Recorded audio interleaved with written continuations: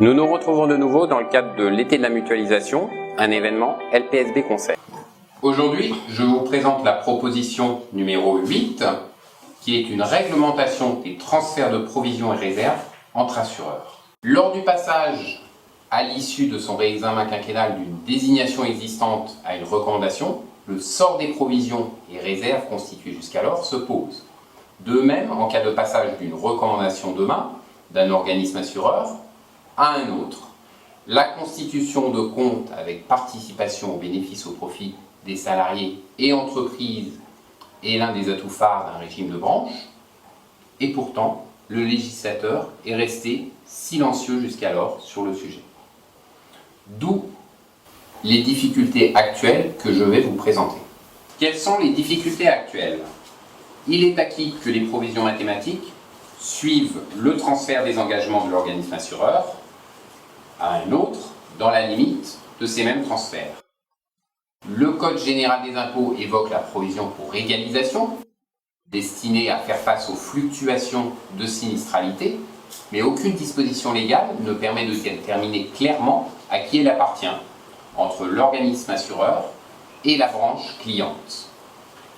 Elle devrait suivre le contrat, mais le groupe assuré n'est pas le même dans la recommandation. L'organisme assureur est conduit, pouvant garder une partie du portefeuille.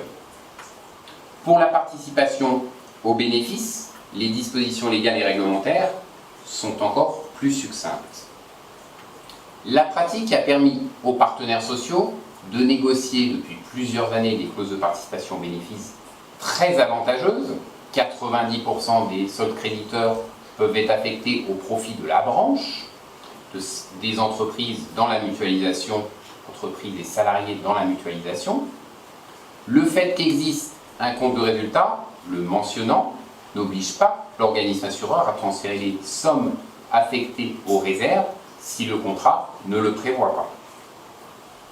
Et comment un contrat aurait pu prévoir le transfert de ces sommes d'une désignation ayant un groupe constant d'assurés à une recommandation qui n'existait pas à ce moment-là?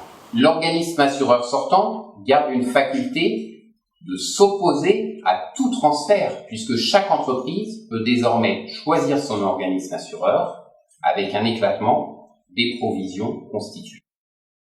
Pour le futur et les réserves constituées sous le nouveau régime de la recommandation, les organismes assureurs soit ne s'engagent pas en attente d'une prochaine législation, soit omettent un transfert des sommes mises de côté, les uns